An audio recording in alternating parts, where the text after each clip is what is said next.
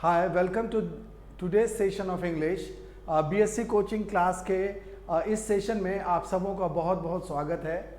कल के सेशन में हम लोगों ने किया था प्रीपोजिशन को डिस्कस किया गया था। कुछ कॉमन जो प्रीपोजिशंस थे उसके बारे में भी बताया गया था, जिसमें हम लोगों को डाउट होता है कि ये प्रीपोजिशन कहाँ पे लगेगा और ये प्रीपोजिशन कहाँ पे लगेगा।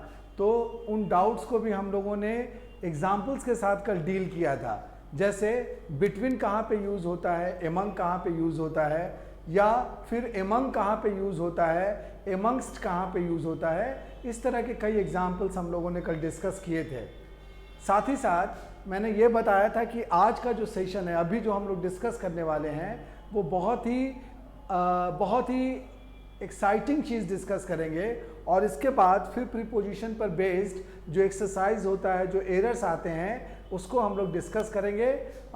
करीब 29 या 30 एरर्स आज के सेशन में हम लोग डिस्कस करने वाले हैं। So this session is going to be very very exciting. और तुम लोगों से को यही मेरी एडवाइस है कि सेशन को पूरा अटेंड करना, बीच में छोड़ के जाने की ज़रूरत नहीं है, otherwise you will be A loser. बहुत सी इंपॉर्टेंट चीज़ तुम नहीं समझ पाओगे।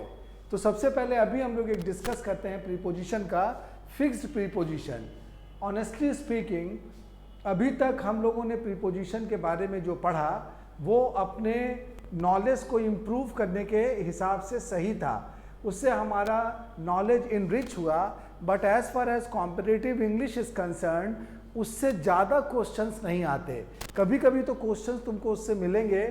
अभी जब एरर्स वाला पार्ट हम लोग डिस्कस करेंगे तब तुमको बताया भी जाएगा कि देखो यहाँ पर हमने उस कॉन्सेप्ट को यूज़ किया, या यहाँ पे वो पॉइंट हम लोगों ने अप्लाई किया। बट मेनली जो क्वेश्चंस प्रीपोजिशंस पर बेस्ड आते हैं वो इसी पर बेस्ड है, फिक्स्ड प्रीपोजिशंस पे। इसमें से कुछ तुम्हारे सामने करीब 20 प्रीपोजिशंस, फिक्स्ड प्रीपोजिशंस के केसेस या एग्जांपल्स मैंने तुम्हारे सामने लिखे हैं। First of all we should know कि फिक्स्ड प्रीपोजिशंस होता क्या है। तो फिक्स्ड जैसा कि नाम से पता चलता है, फिक्स्ड का मतलब होता है निर्धारित। निर्धारित मीन्स जिसमें कोई परिवर्तन ना किया जा सके, जो कि अपने आप में फिक्स्ड है। तो कुछ वर्ड्स ऐसे हैं जिसके बाद प्रीपोजिशन फिक्स्ड रहता है, उसमें तुम चेंज नहीं कर सकते और उस लिस्ट को याद रखने की ज़रूरत है। ठीक है, कहीं कहीं पे तुम कॉमन सेंस अप्लाई करके सही कर सकते हो, बट कई जगह पे ऐसा है कि फिक्स्ड प्रीपोजिशन के हिसाब से अगर तुम नहीं जाओगे तो तुम्हारा आंसर गलत हो जाएगा। जैसे यहाँ पे 2-3 एग्जाम्पल मैंने लिखा है। वैसे अगर हम लोग देखें तो ऑफ को हम लोग यूज़ करते हैं का के लिए, फ्रॉम को हम लोग यूज़ करते हैं, अगर हिंदी में से है तो वहाँ पे फ्रॉम यूज़ करेंगे। टू को हम लोग यूज़ करते हैं को के लिए। हिंदी से अगर इंग्लिश करोगे तो प्रीपोजिशंस के ये मीनिंग तुम्हें पता चलेंगे, लेकिन फिक्स्ड प्रीपोजिशन में कभी कभी ये चीज़ें अप्लाई नहीं होती, वहाँ पे बिल्कुल अलग प्रीपोजिशन देखने को मिलता है। जैसे फॉर एग्जांपल, बहुत से घरों में तुमने देखा होगा गेट पे एक बड़ा सा बोर्ड लगा हुआ होता है, बीवेयर ऑफ डॉग्स। इस घर में बहुत से कुत्ते हैं और कुत्तों से सावधान रहें। या बीवेयर ऑफ पिक पॉकेट्स, भीड़ भाड़ वाली जगह में, ट्रेन में ये नोटिस लगी रहती है, beware of pickpockets, pocket मारों से सावधान। तो यहाँ पर से के लिए क्या होना चाहिए था? से के लिए होना चाहिए था फ्रॉम। बट अगर यहाँ पे फिक्स्ड प्रीपोजिशन की बात करोगे तो यहाँ पे ऑफ लगेगा। बीवेयर के साथ हमेशा ऑफ लगता है, अगर तुमने फ्रॉम लगा दिया तो गलत हो जाएगा। लाइकवाइज फुल ऑफ, ये किताब इंफॉर्मेशन से भरी हुई है, यहाँ पर भी मन करता है फ्रॉम लगा देने का, लेकिन अगर हम फ्रॉम लगाएंगे तो गलत होगा। बोलना होगा this book is full of information, वहाँ पे ऑफ ही लगेगा। गुड एट, जैसे मैं हिंदी में अच्छा हूँ, I am good in Hindi. मे के लिए क्या यूज़ करना चाहिए? मे के लिए इन यूज़ करना चाहिए, बट अगर इन यूज़ करेंगे तो गलत हो जाएगा। आई एम गुड एट हिंदी। उसी तरह से इग्नोरेंट ऑफ, इग्नोरेंट मीन्स होता है अनभिज्ञ। मैं इस चीज़ से अनभिज्ञ हूँ, I M ignorant of this fact, वहाँ पे हम लोग ऑफ लगाते हैं, लगना चाहिए था फ्रॉम, बट यहाँ पे फिक्स प्रीपोजिशन ऑफ है। गिल्टी ऑफ, ये बहुत कॉमनली पूछा जाता है, जैसे he is guilty of murder, यहाँ पे कुछ हद तक सही है, वो खून का दोषी है, तो यहाँ पे ऑफ सही लगा हुआ है का के हिसाब से। क्वालिफाइड फॉर, तुम इस चीज़ के लिए योग्य हो, क्वालिफाइड हो, तो वहाँ पे हम लोग फॉर यूज़ करते हैं। एग्रीमेंट विथ, किसी चीज़ के साथ सहमति, किसी व्यक्ति के साथ सहमति, तो यहाँ पे साथ के लिए विथ सही लगा हुआ है। नेक्स्ट इज सुपीरियर टू, बढ़िया के लिए हम लोग यूज़ करते हैं, ये एक कॉम्परेटिव डिग्री एडजेक्टिव है, it is followed by preposition to. Grateful to, आभारी या थैंकफुल, उसके लिए हम लोग यूज़ करते हैं टू। अगर तुम किसी व्यक्ति के प्रति आभारी हो तो I am grateful to that person, but अगर किसी एक्शन के लिए तुम या किसी चीज़ के लिए अगर आभारी हो तो वहाँ पे बोलना पड़ेगा I am grateful for your kind help, वहाँ पे हम लोग फॉर यूज़ करते हैं।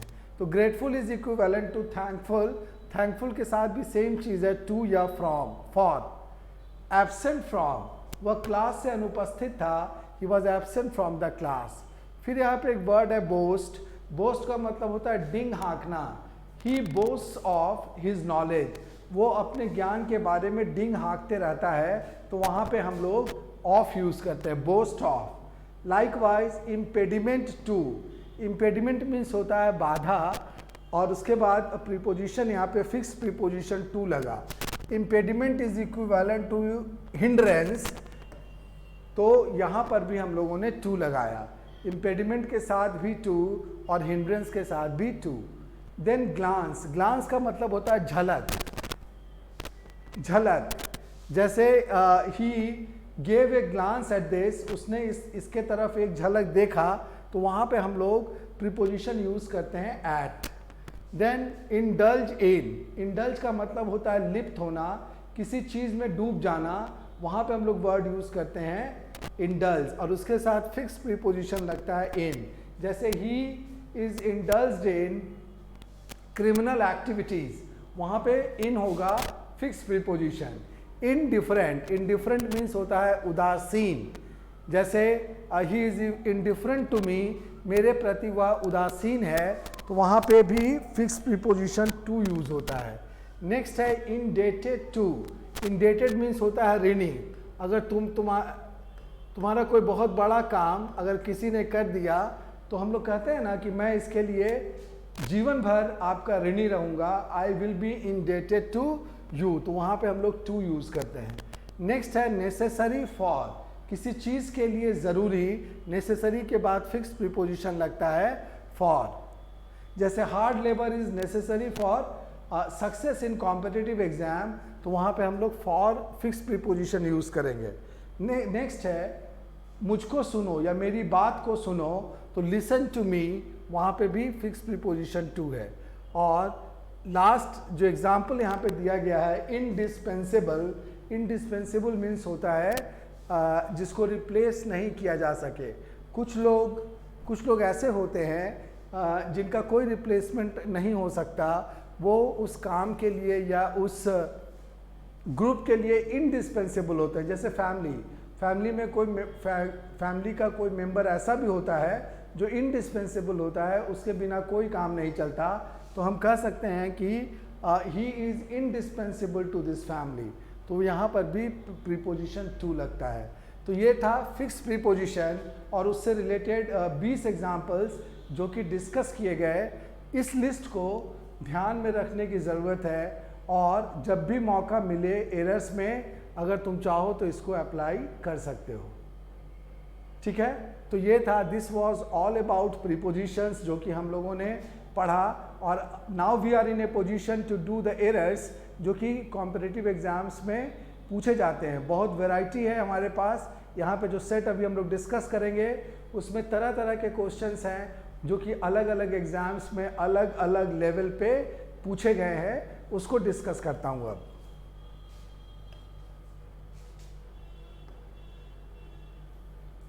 ये है एरर पर based question, question number 1। The number of foreign tourists visiting India is increasing day to day during this tourist season. Sentence का मीनिंग भी डिस्कस कर देता हूँ। कहता है कि इस पर्यटन के इस मौसम में विदेशी पर्यटकों की संख्या जो कि भारत आ रहे हैं उनकी संख्या दिन प्रतिदिन बढ़ रही है। यहाँ पे देखते हैं डे टू डे, यहाँ पे है डे टू डे। ये पता होगा हम लोगों को कि डे टू डे नहीं होता, क्या होता है day by day, day by day.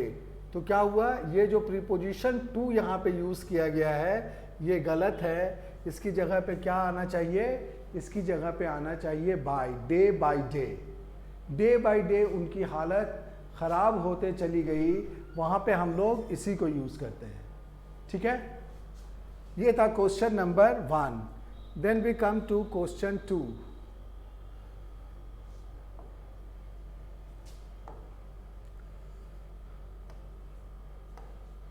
Question number 2,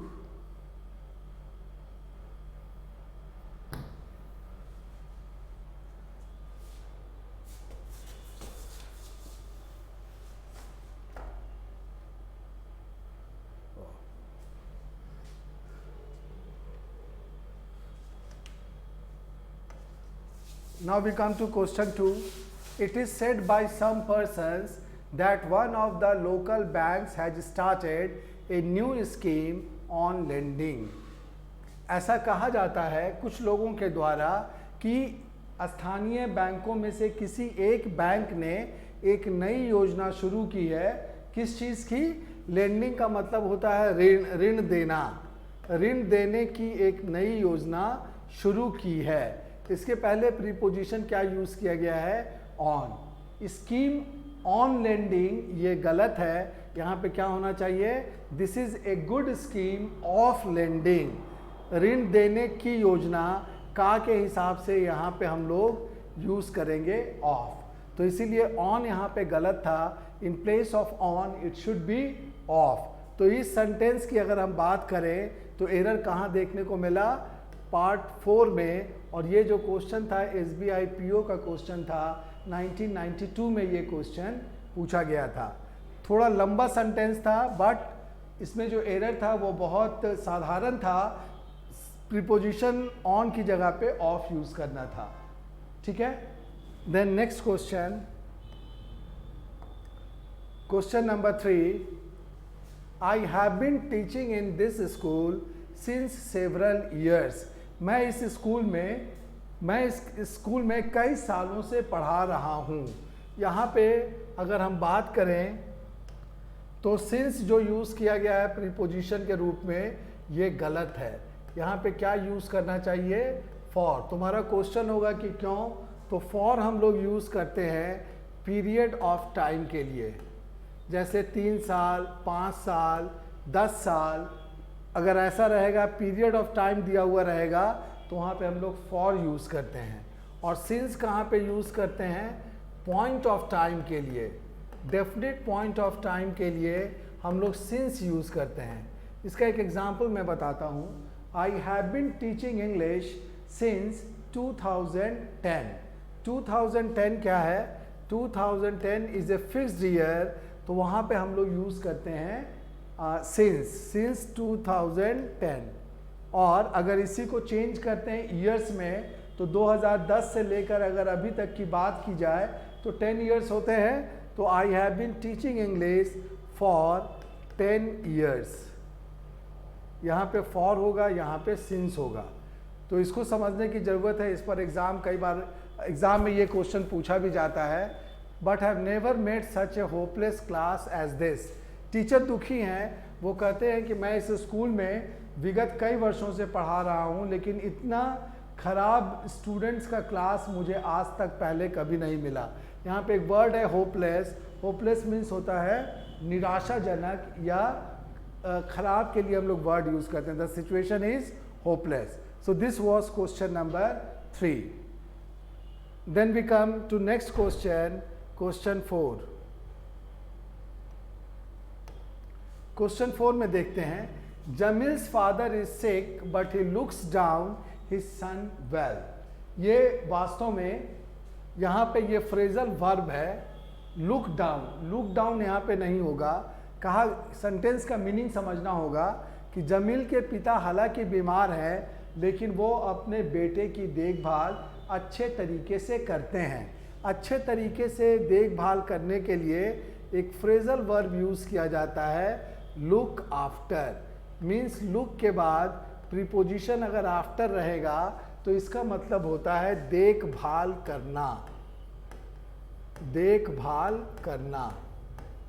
और एक और फ्रेजल वर्ब है look down upon. Look down upon का मतलब होता है किसी को नीचा देखना. जैसे अमीर लोग क्या करते हैं, the rich look down upon the poor. गरीबों को वो नीचा देखते हैं, नीचा करके देखते हैं, तो वहाँ पे हम लोग उसको यूज़ करते हैं, लुक डाउन अपॉन. तो यहाँ पे गलती क्या थी, यहाँ पे डाउन नहीं होगा, इन place of down it should be after. तो एरर किस पार्ट में देखने को मिला, एरर देखने को मिला पार्ट 4 में, and this is the answer. Right. Then question number 5. 5 में देखते हैं, in spite of the fact that the meeting was about to end, she insisted to ask several questions. This is the sentence. कहता है कि इस सच्चाई के बावजूद, क्या सच्चाई थी कि मीटिंग लगभग ख़त्म होने वाली थी, उसी समय वह जिद करने लगी या जोर देने लगी कि मैं कई प्रश्न और पूछूंगी. ठीक है. यहाँ पे this is a good question. Investigator के एग्ज़ाम में एसएससी इन्वेस्टिगेटर का एग्ज़ाम कंडक्ट करती है, तो 1988 में ये क्वेश्चन पूछा गया है. यहाँ पे एक वर्ड है इंसिस्ट. इंसिस्ट का मतलब होता है जोर देना. जोर देना. तो जोर क्या होता है, जोर किसी चीज़ पे दिया जाता है. तो इंसिस्ट के बाद प्रीपोजिशन लगता है ऑन. जैसे he insist on going to cinema. He insist on going to cinema. वो सिनेमा जाने पर जोर देता रहता है. तो इंसिस्ट के बाद प्रीपोजिशन लगता है ऑन. यहाँ पे क्या है, यहाँ पे टू है जो कि गलत है. यहाँ पर हम लोगों को ऑन लगाना होगा. This is one error. और इसी के हिसाब से क्या होगा, हम लोगों ने पढ़ा है रूल में कि प्रीपोजिशन जब भी रहता है और उसके बाद अगर वर्ब आता है तो V4 वर्ब हम लोग यूज़ करते हैं. वास्तव में ये जिरेंडियल फॉर्म में होता है, नाउन होता है, बट वर्ब की अगर बात करें तो उसमें ING लगाना पड़ता है. तो यहाँ पे ऑन के साथ वर्ब क्या है, आस्क. आस्क को क्या करना होगा, आस्क को बदलना होगा आस्किंग में. तब सेंटेंस क्या होगा, and she insisted on asking several questions. तो ये था एरर पार्ट 4 में, इसीलिए मेरा आंसर होगा 4. पार्ट 4 में एरर है, इसीलिए मेरा आंसर होगा 4. तो ये था question number 5 and the answer is 4. एक बार ठीक से देख लो. सबसे पहले हम लोगों ने क्या देखा, इंसिस्ट वर्ड के मीनिंग को जाना. इंसिस्ट का मतलब होता है जोर देना, और हम ये जानते हैं कि किसी चीज़ पर जोर दिया जाता है. तो पर के लिए यहाँ पे प्रीपोजिशन लगाना पड़ा, पर के लिए ऑन. ये पहला चीज़ था. और ऑन लगाने के बाद हम लोगों ने फिर इस कॉन्सेप्ट को अप्लाई किया कि preposition should be followed by the V4. V4 से हम लोग उसको फॉलो करते हैं. तो आस्क यहाँ पे V1 है, इसमें ING लगाकर इसको V4 बनाया गया. So answer is 4. Am I clear? अगर कोई भी डाउट होगा तो you are always advise to ask in the comment box कि सर यहाँ पे समझ में नहीं आया. वैसे I try my best to explain it in such a way कि डाउट रहना नहीं चाहिए. ठीक है, चलो आगे बढ़ते हैं. Now we come to question number 6. Question number 6 में देखते हैं क्या है.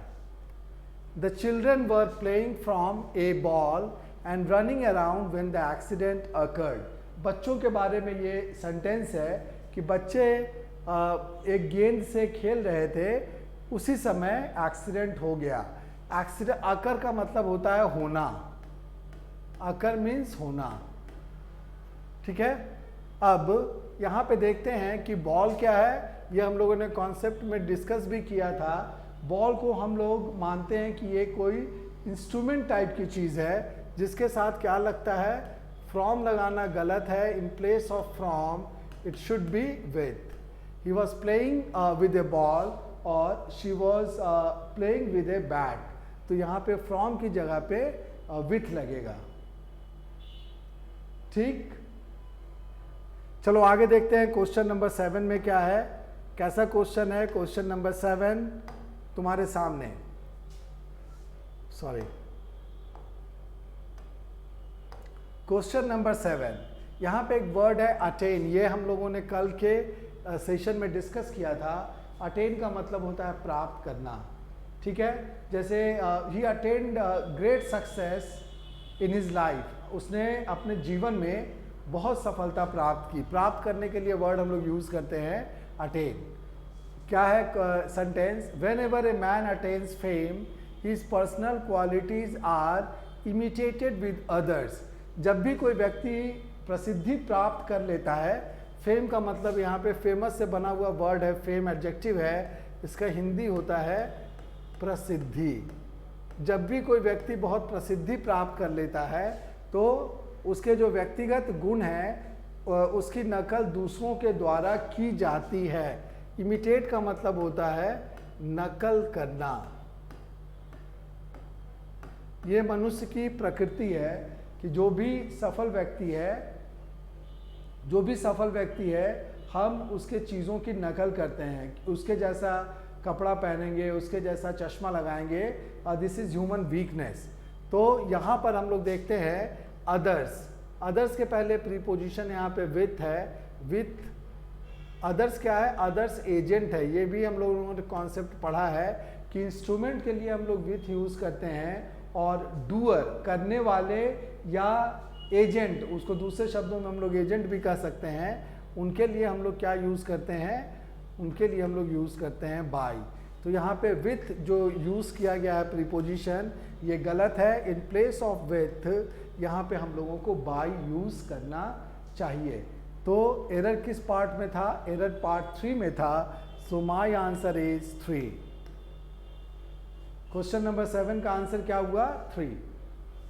Then next, now we move on to question 8। देखो, अरुण इज एमिनेंट। यहाँ पे एमिनेंट का मतलब होता है फेमस के लिए हम लोग वर्ड यूज करते हैं एमिनेंट। एमिनेंट पर्सनालिटी, प्रसिद्ध व्यक्तित्व, उसके लिए हम लोग वर्ड यूज करते हैं एमिनेंट। तो अरुण के बारे में कहा जा रहा है कि Arun is eminent not only for his writings in English. वो अंग्रेजी में लिखे गए अपने लेखों के लिए ही सिर्फ प्रसिद्ध नहीं है, but also to his paintings on spiritual things. बल्कि वो और किस चीज़ के लिए फेमस है? अपने पेंटिंग्स के लिए, जो कि वो जिसका थीम क्या होता है, किस थीम पर उसकी पेंटिंग्स होती है? आध्यात्मिक थीम्स पे, आध्यात्मिक विषय पर जो उसकी पेंटिंग्स है उसके लिए भी फेमस है। अब देखते हैं, ये एक अच्छा सेंटेंस है, इसमें देखते हैं कि एरर कहाँ पे है। Arun is eminent not only for his, यहाँ पे देखो फॉर हिज राइटिंग्स है, तो यहाँ पर कंपैरिजन किसके किसके बीच में किया गया है? राइटिंग्स को कंपेयर किया गया है पेंटिंग से, कि वो दोनों चीज़ों के लिए प्रसिद्ध है, राइटिंग्स के लिए भी और पेंटिंग्स के लिए भी। राइटिंग्स के पहले क्या प्रीपोजिशन यूज किया गया? फॉर हिज राइटिंग्स लिखा गया है। तो यहाँ पे पेंटिंग्स के आगे भी क्या होना चाहिए? For his paintings. जबकि अगर हम सेंटेंस में देखें तो यहाँ पे क्या लिखा है? To his paintings. तो टू जो लिखा गया है ये गलत है। In place of to it should be for. अगर फॉर लिखा जाता तब ये सेंटेंस ग्रामेटिकली सही था। तो एरर किस पार्ट में आया? एरर आया पार्ट 3 में, एंड द आंसर इज 3। ठीक है, ये था क्वेश्चन नंबर 8 जिसको कि तुम्हारे सामने डिस्कस किया गया और तुम समझ गए हो कि इसका एक्सप्लेनेशन क्या है।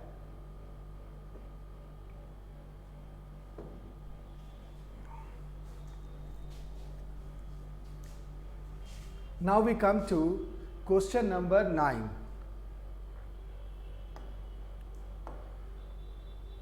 Question 9 तुम्हारे सामने है। Farmers in our country suffer because of an over dependence on rain and the threat to natural calamities. इसमें कुछ कुछ वर्ड ऐसे हैं जो डिस्कस करना चाहिए।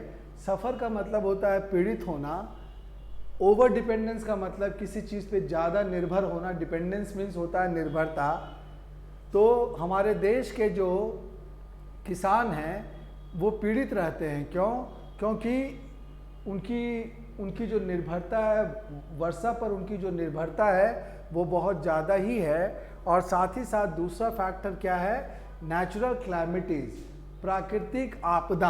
आपदा के लिए वर्ड हम लोग यूज़ करते हैं क्लैमिटी, जैसे बाढ़, जैसे सूखा, ये सब नेचुरल क्लैमिटीज़ में आता है। अर्थक्वेक भी इसी कैटेगरी में आता है। तो उनके लिए एक और क्या डर रहता है? प्राकृतिक आपदाओं का। जैसे यहाँ पे एग्जाम्पल भी दिया, जैसे बाढ़। ठीक है, अब देखते हैं कि गलती क्या है। थ्रेट, थ्रेट के बाद टू नहीं लगता, थ्रेट के बाद प्रीपोजिशन लगता है ऑफ। थ्रेट ऑफ टेररिज्म, आतंकवाद का खतरा। थ्रेट ऑफ नक्सलिज्म, नक्सलवाद का खतरा। तो का के लिए यहाँ पे प्रीपोजिशन ऑफ लगेगा। यहाँ पे जो टू लगा है this is wrong. In place of to we should use of.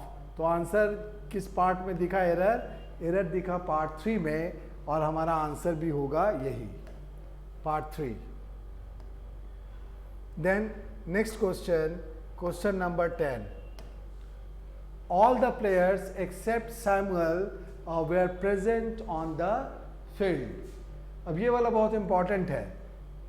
सभी प्लेयर सिर्फ सैमुअल को छोड़कर प्रेजेंट थे। कहाँ पे प्रेजेंट थे? मैदान में। तो मैदान में यहाँ पे ऑन गलत यूज किया गया। यहाँ पे ऑन की जगह पे होगा इन द फील्ड। ठीक है, अगर ग्राउंड होता तो वहाँ पे ऑन द ग्राउंड होता, बट फील्ड के लिए हम लोग इन द फील्ड यूज करते हैं। समझ गए? ग्राउंड अगर होगा तो I was there on the ground. Ground के लिए ऑन, बट फील्ड के लिए याद रखना कि इन यूज किया जाएगा। तो एरर था पार्ट 4 में, आंसर इज 4। ठीक है, नेक्स्ट क्वेश्चन नंबर 11। ये थोड़ा लंबा क्वेश्चन है, देखते हैं। India has sought consultants with the US under the aegis of the WTO after Washington did not comply to the WTO dispute settlement bodies ruling against countervailing duties imposed on Indian steel imports by the US. ये काफ़ी लंबा sentence है, but as far as error is concerned ये बहुत ही simple होगा। इसमें कहता है कि भारत ने अमेरिका से कुछ कंसल्टेंट मतलब परामर्शदाता मांगे under the aegis of the WTO। तत्वाधान के लिए वर्ड हम लोग यूज करते हैं। जो चीज़ किसी चीज़ के अंडर में कोई चीज़ ऑर्गेनाइज की जाती है तो वहाँ पे हम लोग वर्ड यूज करते हैं,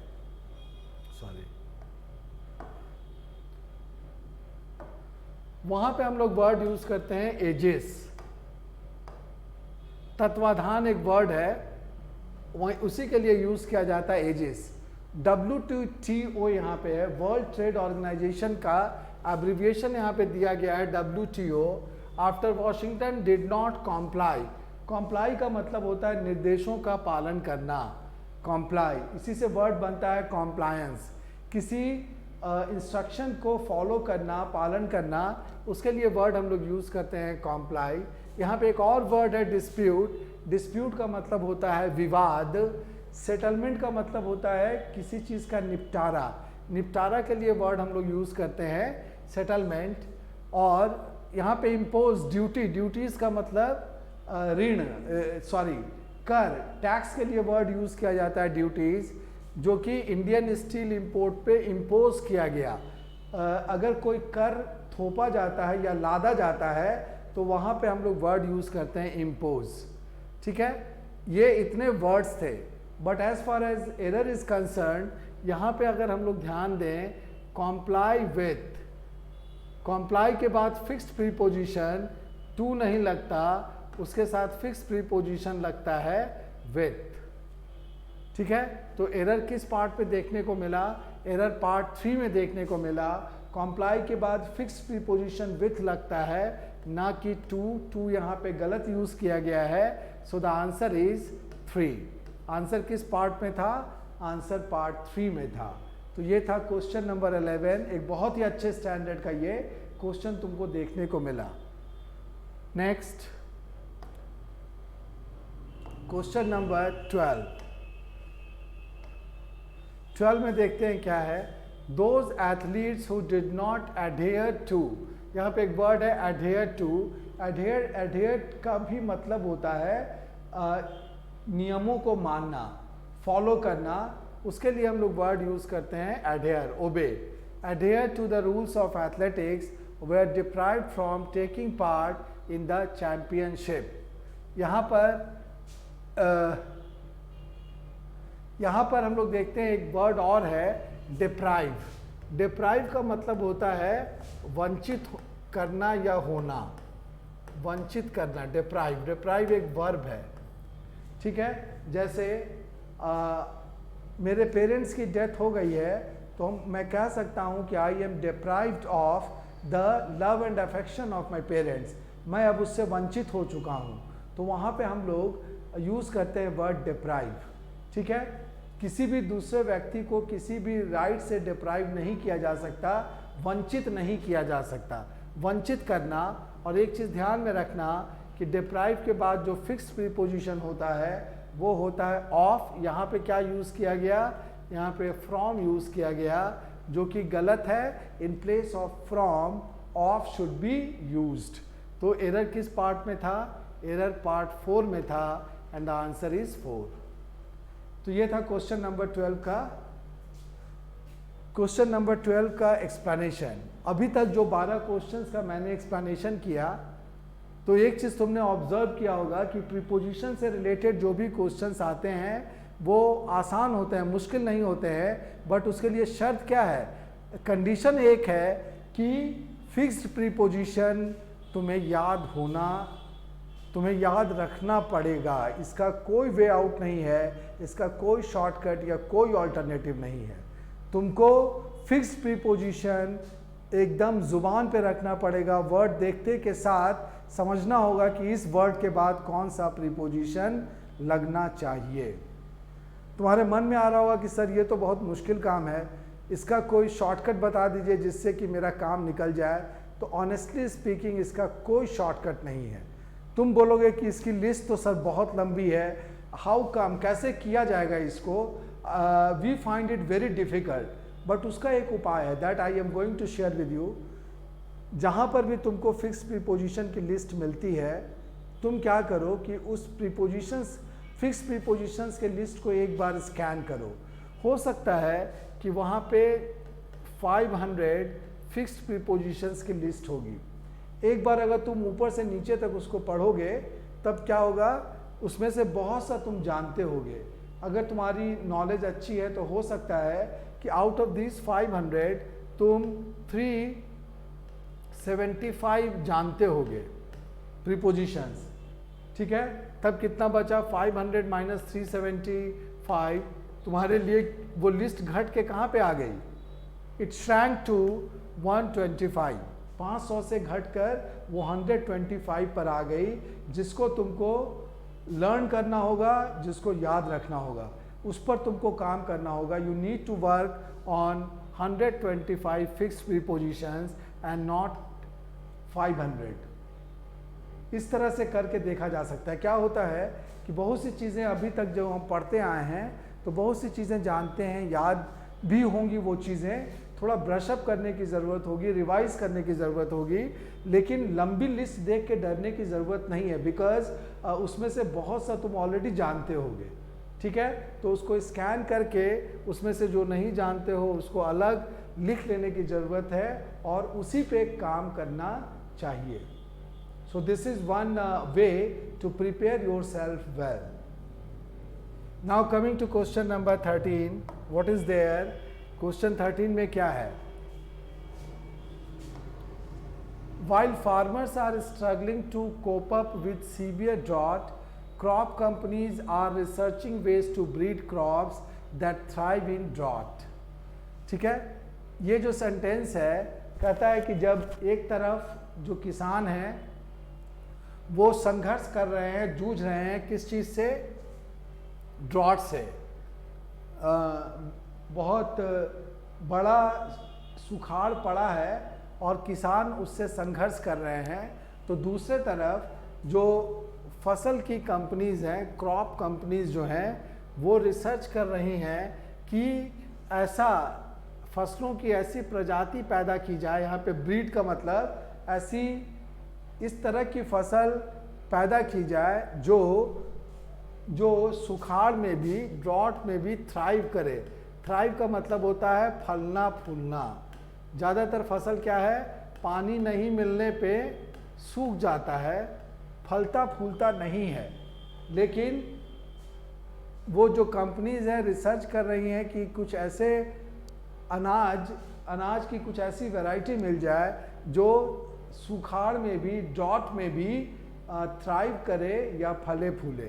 so this is the sentence और उसकी मीनिंग मैंने तुम्हें बताया। अब देखते हैं कि यहाँ पे एरर कहाँ पे है। एक फ्रेज है कोप विथ। कोप विथ का मतलब होता है किसी चीज से मुकाबला करना या फेस करना उस चीज को, उसके लिए हम लोग इसको यूज करते हैं कोप विथ। बट ये बहुत ही कॉमन एरर है। बहुत से लोग क्या करते हैं कि इसके बीच में अप लगा देते हैं, cope up with, but this is wrong. Phrase जो अपने ओरिजिनल फॉर्म में है वो है कोप विथ और यहाँ पे अप की बिल्कुल भी ज़रूरत नहीं है। तो एरर कहाँ पे देखने को मिला? इस पार्ट में एरर देखने को मिला। अप यहाँ पे गलत, बीच में गलत डाला गया है, यहाँ पे सिर्फ होगा cope with. So the answer is 2। ठीक है, इसका आंसर होगा 2। Next question number 14, the games scheduled to be held in the state have plunged into crisis just 2 months prior of the opening ceremony by allegations of corruption, shoddy workmanship and delays in handing over venues. This is a beautiful question. एक bank PO exam में पूछा गया अभी हाल में ही। यहाँ पे क्या क्या वर्ड्स है जो जानना चाहिए? पहले सेंटेंस का मीनिंग जानते हैं। एक यहाँ पे यूज़ किया गया है प्लंज। प्लंज का मतलब होता है डूबना। डूबने के लिए हम लोग यूज़ करते हैं प्लंज। ठीक है, प्लंज का मतलब डूबना। जैसे शहर अंधकार में डूब गया, सिटी प्लंज्ड इनटू डार्कनेस। तो प्लंज के बाद यहाँ पे प्रीपोजिशन सही यूज़ किया गया है। क्राइसिस का मतलब होता है संकट, यू नो। एक वर्ड है प्रायर। प्रायर का मतलब पहले। प्रायर मीन्स पहले, क्राइसिस मैंने बताया संकट। उसके बाद ओपनिंग सेरेमनी मीन्स उद्घाटन समारोह। सेरेमनी के लिए हम लोग वर्ड यूज़ करते हैं, इसकी हिंदी होती है समारोह। एलिगेशंस का मतलब होता है आरोप। एलिगेशंस मीन्स आरोप। करप्शन, यू नो, भ्रष्टाचार। शाउडी वर्कमैनशिप, जो भी अरेंजमेंट किया गया, जो भी मैदान तैयार किया गया था, शॉडी का मतलब खराब, गंदा, निगेटिव सेंस में यूज़ किया गया। और डिलेज, यू नो, विलंब। फिर एक वर्ड है वेन्यू। वेन्यू का मतलब होता है स्थान जहाँ पे कोई इवेंट ऑर्गेनाइज किया जाता है। So these are the words involve in this sentence. So the games scheduled to be held in the state have plunged into crisis. जो निर्धारित था गेम्स किसी राज्य की बात की जा रही है वो संकट में चला गया, उसका वो वहाँ पे आयोजित होगा कि नहीं होगा ये अनिश्चित हो गया। सिर्फ 2 महीने पहले, उद्घाटन समारोह के सिर्फ 2 महीने पहले, और इसकी वजह क्या थी? इसकी वजह थी कि आयोजन समिति जो थी उस पर भ्रष्टाचार के आरोप थे और खराब वर्कमैनशिप, जो भी तैयारी करवाई गई थी वो बेहद निम्न स्तर की थी, ये आरोप लगाए गए। And delays in handing over venues, एक आरोप और भी था कि जहाँ पे टूर्नामेंट या गेम्स होने वाले थे वो स्थान भी उन लोगों ने हैंड ओवर नहीं किया था, जो गेम्स अरेंज करने वाले लोग थे उनको सुपुर्द नहीं किया था। सो दिस इज द सेंटेंस। यहाँ पर काफ़ी लंबा सेंटेंस है बट एरर इज ऑब्वियस, दिख रहा है बिल्कुल। प्रायर के बाद टू लगता है, प्रायर टू, फिक्स प्रीपोजिशन यहाँ पे टू लगेगा, जबकि दिए गए सेंटेंस में ये ऑफ है, ये गलत है। In place of of we should use this to. So error किस पार्ट में था? एरर था पार्ट 3 में। आंसर मेरा होगा 3 और ये था question number 14। Now we move on to question 15।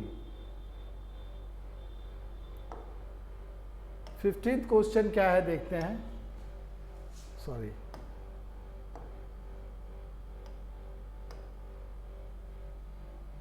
to lead a well-balanced life, you will have to cultivate other interests beside your professional ones।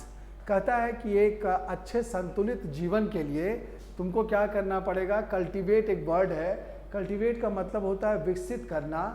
तुम्हें कुछ और भी रुचियाँ, इंटरेस्ट का मतलब रुचि होता है, कुछ और भी रुचियाँ तुम्हें अपने में विकसित करनी पड़ेंगी। किस चीज़ के अलावा? तुम्हारे जो पेशे से रिलेटेड जो इंटरेस्ट हैं उनके अलावा अलग इंटरेस्ट तुमको डेवलप करना पड़ेगा। के अलावा या के अतिरिक्त, यहाँ पे जो वर्ड है मीनिंग क्या मीनिंग आना चाहिए? के अतिरिक्त या के अलावा, इस चीज़ के अलावा ये चीज़ भी चाहिए। अब के अतिरिक्त के लिए अगर हम बिसाइड लिखते हैं तो ये गलत है। ये डिस्कस हम लोगों ने किया है कि बिसाइड और बिसाइड्स में क्या डिफरेंस है। बिसाइड का मतलब होता है बगल में। एग्जाम्पल भी मैंने बताया, my wife is sitting beside me, मेरी वाइफ मेरे बगल में बैठी हुई है। बट के अतिरिक्त के लिए क्या प्रीपोजिशन यूज होगा? बिसाइड्स, के अतिरिक्त। जैसे I have a laptop besides A desktop, तो यहाँ पे ये गलत था, बिसाइड जो यूज किया गया ये गलत था। So the answer is in part 3 of the sentence, तो मेरा आंसर होगा 3। ठीक है, ये था question number 15। Then next question 16। Innovations, especially into the field of information technology, can help increase the wages of the workforce provided workers have the necessary skill। Innovation का मतलब होता है किसी इनोवेट करना, मतलब कोई काम जो चलते रहता है उसको नए तरीके से करना, उसके लिए हम लोग वर्ड यूज़ करते हैं innovation. In other words we can say कि जो नई खोज होती है उसके लिए हम लोग इसको इस्तेमाल कर सकते हैं। इनोवेशन काम करने का नया तरीका। तो कहता है कि काम करने का नया तरीका खासकर किस फील्ड में? इंफॉर्मेशन टेक्नोलॉजी के फील्ड में। इंफॉर्मेशन टेक्नोलॉजी मीन्स सूचना प्रौद्योगिकी के क्षेत्र में के लिए यहाँ पे प्रीपोजिशन क्या होगा? में के लिए प्रीपोजिशन होगा इन। यहाँ पे इनटू यूज किया गया है। Specially in the field of information technology can help increase the wages of the workforce। इससे क्या होगा? अगर इस तरह का इनोवेशन आईटी के क्षेत्र में होता है तो उससे जो वर्कफोर्स है, जो काम करने वाले लोग हैं, उनकी मजदूरी बढ़ सकती है बशर्ते, यहाँ पे एक वर्ड है प्रोवाइडेड, प्रोवाइडेड मीन्स बशर्ते workers have the necessary skills, जो काम करने वाले लोग हैं उनके पास आवश्यक कुशलता, कार्य कुशलता होनी चाहिए। स्किल का मतलब यहाँ पे कार्य कुशलता के लिए यूज़ किया गया है कि तुम्हारे में ये स्किल नहीं है, उसके लिए हम लोग इस वर्ड को यूज़ करते हैं। ठीक है, सो आंसर किस पार्ट में देखने को मिला? आंसर यहाँ पे देखने को मिला पार्ट 1 में, और यही मेरा आंसर होगा। Answer lies in part 1। Skill के लिए अगर हम पक्का हिंदी वर्ड अगर यूज़ करते हैं तो होता है कौशल। स्किल डेवलपमेंट मीन्स कौशल विकास। So this is the exact word for skill. Next we come to question number 17। 17 में देखते हैं, I would appreciate spending half an hour with you discussing about how these and other experiences might be mutually beneficial। यहाँ पे appreciate का मतलब होता है, appreciate means होता है किसी चीज़ की प्रशंसा करना। ठीक है, वहाँ पे हम लोग इसको यूज़ करते हैं। तो तुम्हारे साथ आधा घंटा बिताना अच्छा है, मैं इसको अप्रिशिएट करता हूँ। क्यों? क्योंकि इस बीच में हम लोग डिस्कस करते रहते हैं। क्या डिस्कस करते रहते हैं? एक दूसरे के अनुभवों को, और वो एक हम दोनों के लिए वो लाभप्रद हो सकता है। बेनिफिशियल का मतलब होता है लाभप्रद, म्यूचुअली का मतलब होता है आपस में, आपसी तौर पे अगर देखा जाए तो ये लाभप्रद हो सकता है। इसीलिए हम दोनों का एक दूसरे के साथ आधा घंटा बिताना अच्छा ही है। अब यहाँ पे अगर देखेंगे तो सेंटेंस काफ़ी लंबा है, किसी अच्छे एग्जाम में आया हुआ क्वेश्चन है ये। यहाँ पे हम लोग देखते हैं तो एरर बहुत ही छोटा है, डिस्कस के बाद अबाउट नहीं लगता। हम लोग इस बारे में विचार विमर्श करेंगे, वी विल डिस्कस दिस। अगर वहाँ पे हम बोलें we will discuss about this तो गलत हो जाएगा, लेकिन बहुत बार एग्जाम में पूछा जाता है, और अगर आइडिया नहीं रहेगा तो तुमको ये एरर दिखेगा ही नहीं। तुमको लगेगा कि किसी चीज़ के बारे में, जैसे हमें इस चीज़ के बारे में जानना चाहिए, we should know about it. ठीक है, बारे में के लिए अबाउट यूज़ करते हैं तो तुमको लगेगा कि डिस्कशन के बाद भी अबाउट लग सकता है, बट दिस इज़ रॉन्ग, यहाँ पे अबाउट नहीं होगा। So the answer is 3, part 3 में गलती है। ठीक है, then next question, question number 18। Mr. Rao was entrusted the task of coordinating yesterday's program, but due to certain difficulties, he did not do it.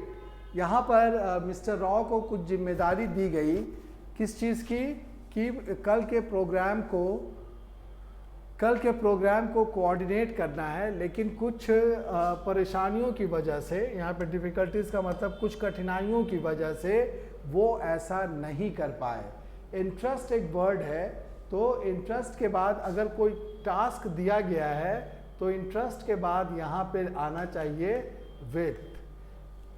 You are interested with this responsibility, तुम्हें ये जिम्मेदारी सुपुर्द की जा रही है, दी जा रही है, तो वहाँ पे हम लोग वर्ड यूज़ करते हैं इंटरेस्ट, और उसके बाद प्रीपोजिशन लगता है विथ, जो कि यहाँ पर मिसिंग है। तो मेरा आंसर कहाँ होगा? मेरा आंसर होगा 2। पार्ट 2 में गलती है, यहाँ पे पार्ट 2 शुरू होने के टाइम में ही विथ होना चाहिए था, which is missing, so the answer is 2। ठीक है, यहाँ पे तुम्हारा क्वेश्चन होगा कि सर मेरा आंसर तो 1 भी हो सकता था, विथ को आपने यहाँ पे क्यों नहीं लगाया? तो ये बता देता हूँ, बहुत इम्पॉर्टेंट है।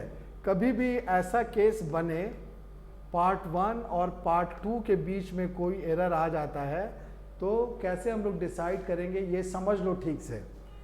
पार्ट 1 के बाद स्लैश है, यानी कि पार्ट 1 जो भी लिखा गया, जो भी 3-4 वर्ड्स लिखे गए पार्ट 1 में, वहाँ पर आके ख़त्म हो गए।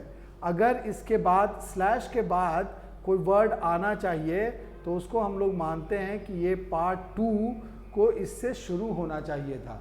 इसीलिए आंसर हम लोग हमेशा 2 टिक करते हैं। So this is important. अगर ये फंडा क्लियर नहीं होगा तो एग्जाम में क्या होगा, सही आंसर जानते हुए भी तुम्हारा आंसर गलत हो जाएगा।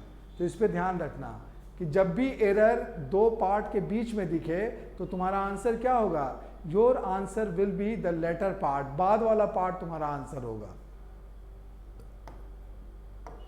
Next question number 19। In the early days I would sit through meetings and frequently had no idea what a presenter was talking। ये बहुत ही अच्छा क्वेश्चन है। I should say this is a brilliant question जिसमें error खोजना मुश्किल है। शुरू के दिनों में, अपने शुरुआती दिनों में मैं क्या करता था, मीटिंग्स में बैठा तो रहता था, लेकिन अक्सर क्या होता था कि जो प्रेजेंटर, जो बोलने वाले लोग होते थे, वो किस चीज़ के बारे में बात कर रहे होते थे इसका मुझे कोई ज्ञान नहीं होता, कोई आइडिया नहीं होता था। ठीक है, एक बार अगर तुम सेंटेंस को पढ़ोगे तो इसमें तुम्हें कोई गलती दिखाई नहीं पड़ेगी। बट इसमें ध्यान देना, मैंने क्या कहा कि बोलने वाले जो प्रेजेंटर थे वो किस चीज़ के बारे में बात करते थे।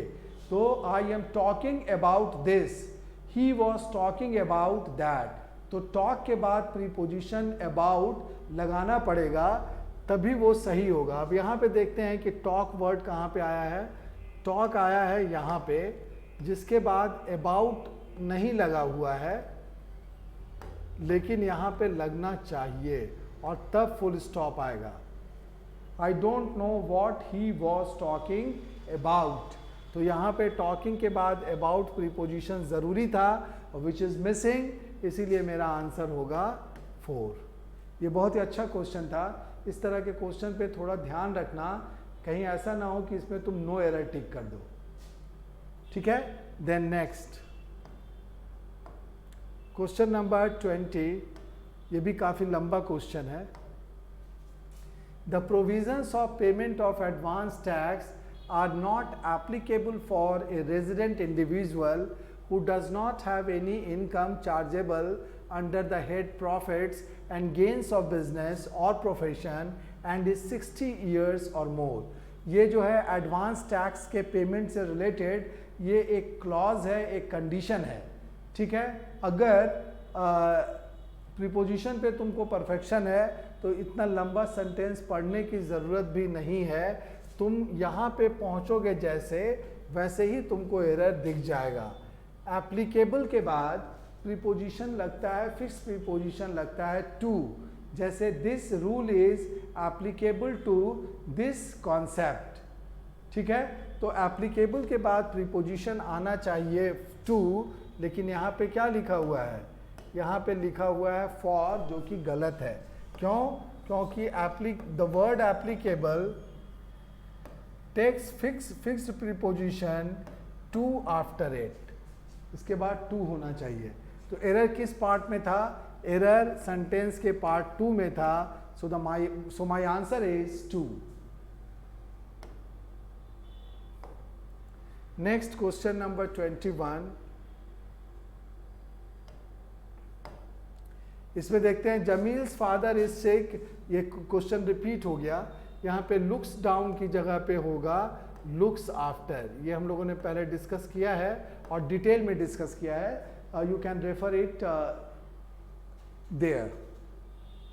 Next question number 22।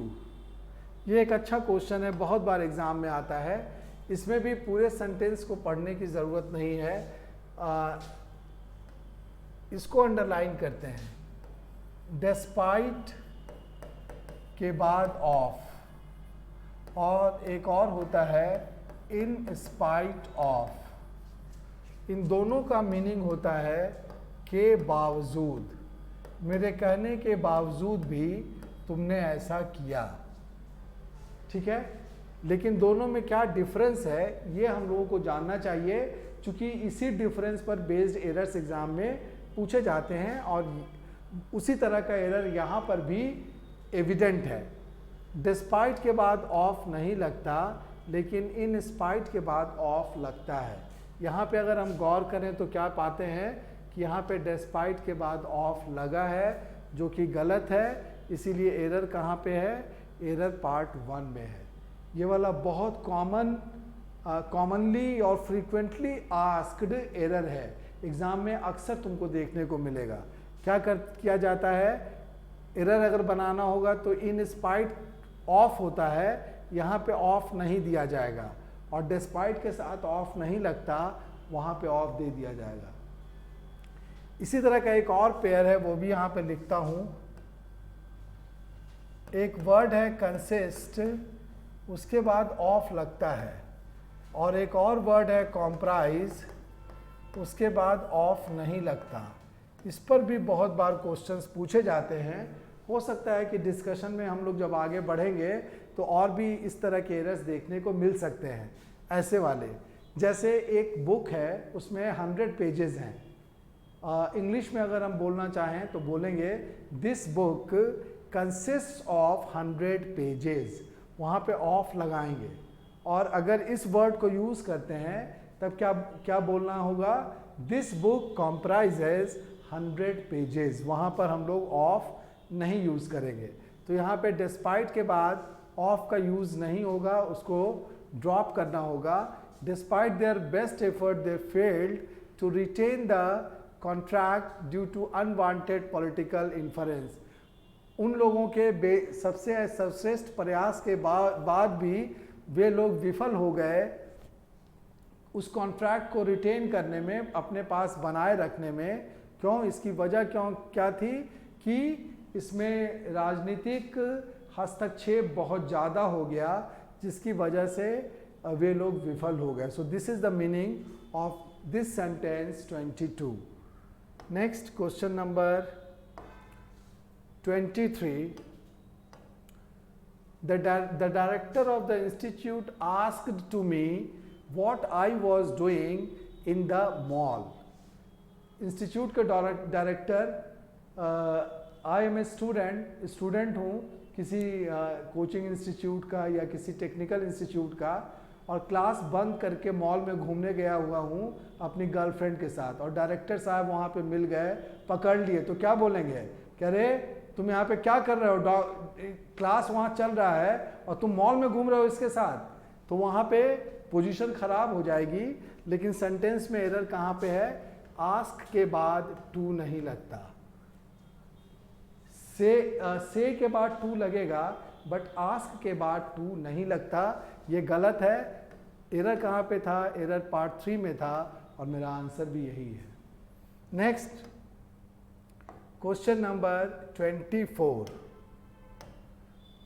Ramlal Babu has no intention of accepting the transfer in that branch. Ramlal babu हैं, एक ब्रांच में काम करते हैं, वहाँ पे वो बहुत कंफर्टेबल हैं, वो किसी भी हालत में उस ब्रांच से ट्रांसफ़र नहीं चाहते। तो क्या होगा? यहाँ पे डिसाइड करना पड़ेगा ट्रांसफ़र के बाद प्रीपोजिशन इन क्या सही यूज़ किया गया है? किसी शाखा से तबादला, तो वहाँ पे हम लोग क्या यूज़ करेंगे? ट्रांसफ़र फ्रॉम दिस प्लेस और ट्रांसफ़र फ्रॉम दिस ब्रांच। यहाँ पे इन को गलत यूज़ किया गया है। In place of in it should B from. तो एरर किस पार्ट में था? एरर था पार्ट 4 में। ठीक है, ये सिंपल क्वेश्चन था, एक बैंक क्लर्क एग्जाम में पूछा गया क्वेश्चन है ये। ट्रांसफर के बाद प्रीपोजिशन लगेगा from. Next question number 25. A customized data science degree is yet to become a standard program to India's premier educational institutes. Customised data science degree, customised का मतलब होता है कस्टमर की ज़रूरत के हिसाब से जो चीज़ें बनाई जाती हैं उसको हम लोग कहते हैं कस्टमाइज्ड। जैसे मान लो एक चेयर है, स्टैंडर्ड चेयर है, सबको वही सप्लाई किया जाता है, लेकिन किसी को ज़रूरत है कि मुझे थोड़ी नीचा चेयर चाहिए जिसकी हाइट उतनी नहीं हो, तो उसके ज़रूरत के हिसाब से अगर चेयर बना के सप्लाई किया जाए तो वो कहलाता है कस्टमाइज्ड चेयर। तो ये जो डिग्री है ये अभी भी भारत के जो प्रीमियर, प्रीमियर का मतलब होता है अग्रणी, अच्छा के लिए वर्ड हम लोग यूज़ करते हैं प्रीमियर। जैसे मान लो बीएससी कोचिंग की अगर हम बात करें तो इंडिया का ये एक प्रीमियर कोचिंग इंस्टीट्यूट है। कोचिंग इंस्टीट्यूट्स में इसका स्थान ऊपर है, अग्रणी है, वहाँ पे हम लोग वर्ड यूज़ करते हैं प्रीमियर। तो अभी इस डिग्री को एक स्टैंडर्ड प्रोग्राम के रूप में अपनाया नहीं गया है। कौन सी डिग्री? कस्टमाइज्ड डेटा साइंस की डिग्री। भारत में अभी बहुत से अच्छे अच्छे इंस्टीट्यूट में इसको अपनाया नहीं गया है। तो यहाँ पे एरर कहाँ है? ए स्टैंडर्ड प्रोग्राम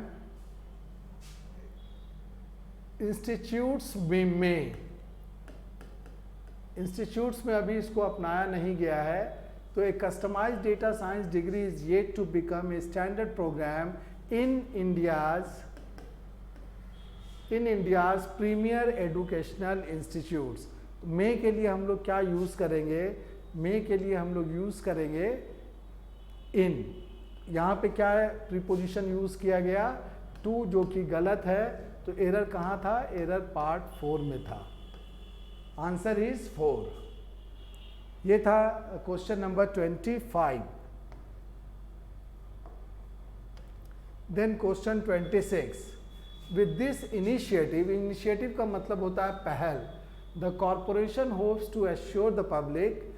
इस पहल के साथ कोई भी कॉरपोरेशन जो है, निगम, वो उम्मीद करती है कि वो लोगों को आश्वस्त कर देगी। एश्योर एक वर्ड है, एश्योर का मतलब होता है आश्वस्त करना, भरोसा दिलाना। The public that it is confident of providing good service, कि कॉरपोरेशन को पूरा विश्वास है कि ये अच्छी सेवा प्रदान करेगी। And renewing their faith with the public transport system, और ये लोगों का विश्वास पब्लिक ट्रांसपोर्ट सिस्टम में फिर से स्थापित करने की कोशिश करेगी। ये सेंटेंस है। अब किसी चीज़ में विश्वास, जैसे I have faith in God, मेरा भगवान में विश्वास है। तो फेथ के बाद प्रीपोजिशन क्या होना चाहिए? मे के लिए, मे के लिए प्रीपोजिशन होना चाहिए इन। यहाँ पे प्रीपोजिशन दिया हुआ है विथ, जो कि गलत है, और इसीलिए इसको रिप्लेस करना पड़ेगा इन से। आंसर क्या होगा? आंसर होगा पार्ट 4 में एरर देखने को मिला। Clear? Next question number 27। The power tariff had already been increased twice in the last 15 months. बिजली का जो टैरिफ है, या जो शुल्क इसके लिए लिया जाता है, वो पिछले 15 महीनों में ऑलरेडी डबल हो चुका है, दुगना हो चुका है। And the electricity board had also levied additional monthly charges to consumers. इसके अलावा विद्युत विभाग ने क्या किया कि जो कंज्यूमर्स हैं, कंज्यूमर्स का मतलब होता है उपभोक्ता, उन पर अतिरिक्त मासिक शुल्क भी लाद दिया। यहाँ पे यूज़ किया गया है वर्ड लेवी। लेवी यहाँ पे इम्पोज भी यूज़ किया जा सकता था। लेवी एंड इम्पोज एक जैसे वर्ड है। टैक्स लगाने के लिए हम लोग इसको यूज़ करते हैं। इसके पहले भी एक क्वेश्चन में डिस्कशन में मैंने बताया था कि इम्पोज के बाद या लेवी के बाद प्रीपोजिशन टू नहीं लगता। उपभोक्ताओं पर ये चीज़ लादी गई है या थोपी गई है, तो पर के लिए प्रीपोजिशन होगा ऑन, इसीलिए टू गलत है और मेरा आंसर होगा 4। 4 is the answer. 4th part में एरर है। Right? Next question number 28। Several large hospitals in the metros are beginning to offer remote consulting services on rural villages using MediRich capabilities। कहता है कि कई ऐसे बड़े बड़े अस्पताल हैं जो स्थित तो हैं मेट्रोज़ में, बड़े बड़े शहरों में, लेकिन उन लोगों ने परामर्श देने की जो सेवा है गाँव तक पहुँचा दी है। किसके माध्यम से? मेडिरिच नेटवर्क कैपेबिलिटीज़ के माध्यम से दूर दराज के गाँव में भी ये परामर्श देने की सेवा पहुंचा दी है। तो में के लिए ग्रामीण इलाकों में के लिए प्रीपोजिशन क्या हम लोग यूज़ करेंगे? में के लिए हम लोग यूज़ करेंगे प्रीपोजिशन इन। यहाँ पे क्या दिया हुआ है? यहाँ पे प्रीपोजिशन ऑन है, which is wrong. In place of on we should use in. तो एरर किस पार्ट में देखा गया? एरर देखा गया पार्ट 3 में। तो मेरा आंसर क्या होगा? मेरा आंसर होगा 3। Next question number 29। ये सेशन का लास्ट क्वेश्चन है आज का। While the issue was no longer as serious as the demise or survival of the company, the ultimate fate of this national treasure was far off settled.